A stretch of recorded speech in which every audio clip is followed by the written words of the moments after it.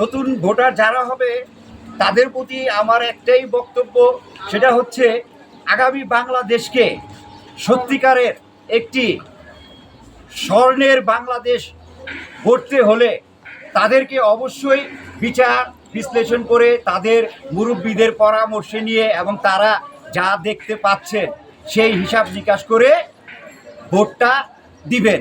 বৈষম্য বিরোধী নাম দিয়ে আন্দোলন করে বৈষম্যকে বরণ করেছে, প্রতিটি ক্ষেত্রে দেখা যাচ্ছে।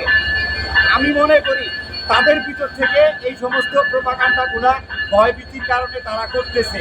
কারণ নতুন রাষ্ট্র গঠন করবে কিভাবে?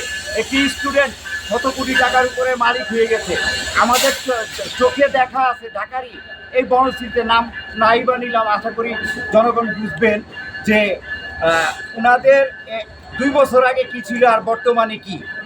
তাহলে এই যদি পরিবর্তন হয়, আওয়ামী লীগকে কি বলবেন আর জাতীয় পার্টিকে কি বলবেন? আগে নিজের কথা বলেন।